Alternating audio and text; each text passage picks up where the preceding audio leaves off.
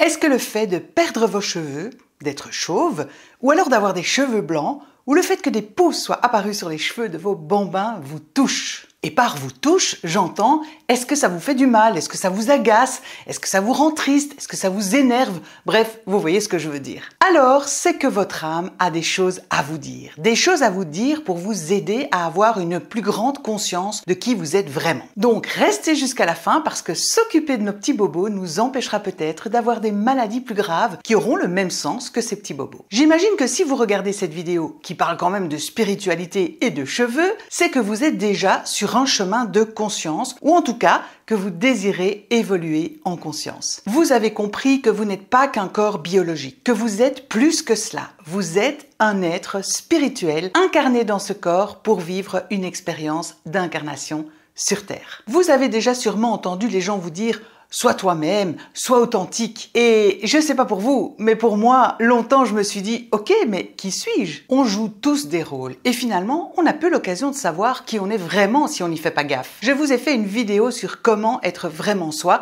et je vous mettrai le lien en description. Et je ne vais donc pas développer ce sujet maintenant, mais en tout cas, nos maladies, nos malaises, notre mal-être peuvent nous aider à nous faire prendre conscience de ce que nous ne savons pas faire vivre en nous et qui pourtant est nous. Nos maladies et nos inconforts sont vraiment une opportunité inattendue de faire de belles prises de conscience. Bien sûr, si on souffre d'une maladie grave, il y a d'abord à s'accueillir dans cette maladie avant d'essayer d'en décoder le message. Revenons-en à nos cheveux. Il existe de nombreuses causes, physiologiques, psychologiques, environnementales ou autres, à la chute des cheveux, aux cheveux blancs, surtout si ça vous arrive jeune, ou au pouls. Si vous me suivez depuis quelque temps, vous savez que la méthode de décodage que j'utilise pour comprendre la signification spirituelle de nos malaises, mal-être ou maladies ne s'intéresse pas aux causes. Mais pour éviter que vous n'entamiez l'écoute de cette vidéo avec une petite voix dans la tête qui dit « Oui, mais moi, ma perte de cheveux, elle est génétique » ou « J'ai commencé à avoir des cheveux blancs quand j'ai vécu un traumatisme » ou encore « Attraper des poux à l'école, c'est normal », etc.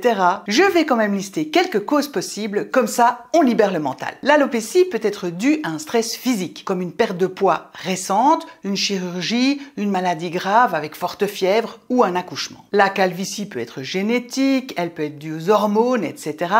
Et les cheveux blancs peuvent provenir du stress, être génétique, héréditaire, peut provenir de la pollution extérieure, d'un déséquilibre hormonal et j'en passe. Et les poux s'attrapent par contact direct avec quelqu'un qui a des poux, via ses cheveux ou par contact indirect, c'est-à-dire un chapeau, un peigne, une brosse, des écouteurs, etc. Alors, on est OK avec toutes ces causes? On n'en parle plus? Ça, c'est la façon commune, habituelle, dont on voit la chute des cheveux, les cheveux blancs et les poux. Maintenant, venez avec moi, je vous emmène dans un autre monde. Un monde où on décode le sens de la chute des cheveux blancs et des poux. Le sens pour nous, une signification spirituelle de ces problématiques de cheveux pour nous aider à nous connecter avec qui nous sommes vraiment et enfin faire vivre nos richesses intérieures et notre créativité. La tête, c'est la partie la plus haute du corps et la partie la plus subtile parce que la tête, c'est la relation au ciel. Ceux qui connaissent un peu les chakras comprendront ce que je veux dire. La tête, c'est donc la relation à ce qui est lumière pour nous, à nos repères absolus, à nos valeurs les plus hautes. Donc, quand on perd ses cheveux, c'est comme si la vie nous invitait à être en contact direct avec sa valeur la plus haute, ce dans quoi on se reconnaît.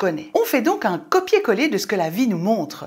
En ayant moins ou plus de cheveux, nous sommes dans un contact plus direct avec le ciel. Perdre ses cheveux, c'est donc une invitation à respecter mes valeurs les plus hautes, sans discussion ni négociation. Une invitation à cesser d'aller chercher des références à l'extérieur de nous. Donc, quand on perd ses cheveux, c'est qu'on est en recherche de validation extérieure. Et la vie nous invite à prendre conscience que ma seule référence, c'est ce que je suis. Une fois qu'on intègre ce message, les cheveux ne vont peut-être pas repousser. Mais en tout cas, on sera en paix avec cette calvitie. Maintenant, même si vous avez compris le message avec votre mental, il reste encore à l'intégrer dans vos cellules. Mais comment intégrer ce message? Ça, c'est la grande question. Nous sommes tous uniques et nous avons tous une façon unique d'intégrer. Mais en tout cas, le message étant de cesser de chercher sans cesse la validation extérieure, vous savez au moins maintenant qu'il vous faudra avancer vers plus de confiance en vous, vers plus d'estime de vous-même, voire vers la découverte de qui vous êtes vraiment. Pour aller plus vite sur ce chemin de découverte de vous-même, vous pouvez évidemment vous faire accompagner par un praticien des Galeries du Mieux-être que j'ai sélectionné pour vous et dont vous pouvez découvrir l'interview que j'ai réalisée avec eux dans la playlist Nos praticiens de cette chaîne YouTube. Vous aurez droit à une réduction sur le premier rendez-vous et à un rendez-vous d'appel découverte gratuit pour voir comment le praticien va pouvoir vous aider dans cette problématique. On en vient maintenant aux cheveux blancs. Alors, si vous avez des cheveux blancs et que vous vous en fichez, très bien, le message n'est probablement pas pour vous. Moi, personnellement, j'ai commencé à avoir des cheveux blancs à l'âge de 19 ans. Et oui, ma mère aussi a eu des cheveux blancs très jeunes et ma fille a déjà pas mal de cheveux blancs alors qu'elle n'a que 25 ans. Alors c'est clair que les cheveux blancs jeunes semblent être héréditaires. Et que dit la bioanalogie quand la pathologie est héréditaire? Eh bien, c'est que le message n'a pas encore été intégré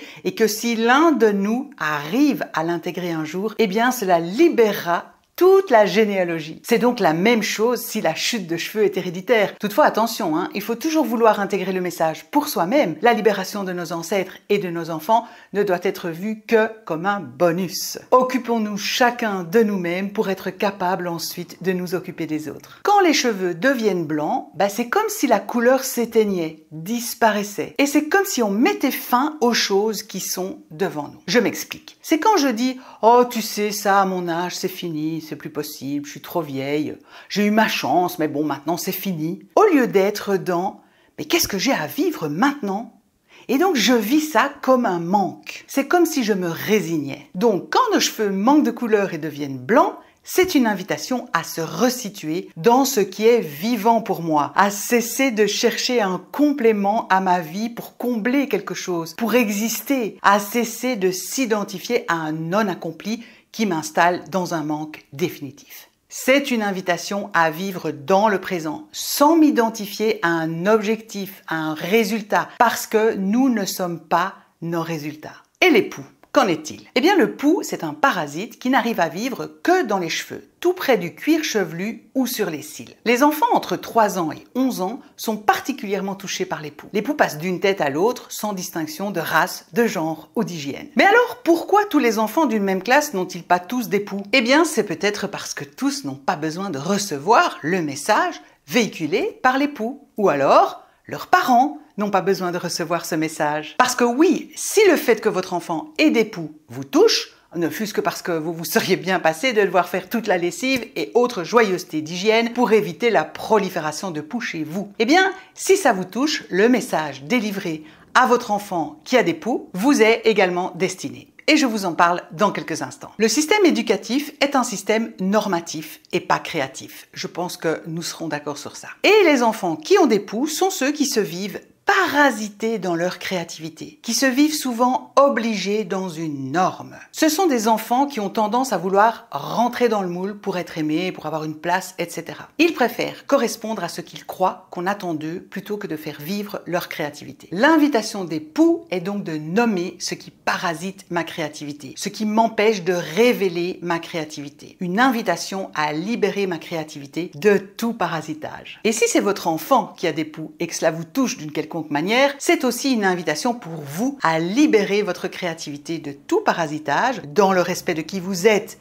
si c'est un fils, et dans l'accueil bienveillant de vous-même si c'est une fille. Je vous encourage aussi à aller visionner ma vidéo sur le sens caché des démangeaisons si vous avez d'autres gratouilles. J'espère que vous en savez un peu plus sur vous-même après avoir écouté cette vidéo. Likez, commentez et abonnez-vous à ma chaîne, mais aussi partagez cette vidéo autour de vous à celles et ceux qui sont touchés par une perte de cheveux, les cheveux blancs ou les poux. À bientôt pour d'autres vidéos. Prenez soin de vous.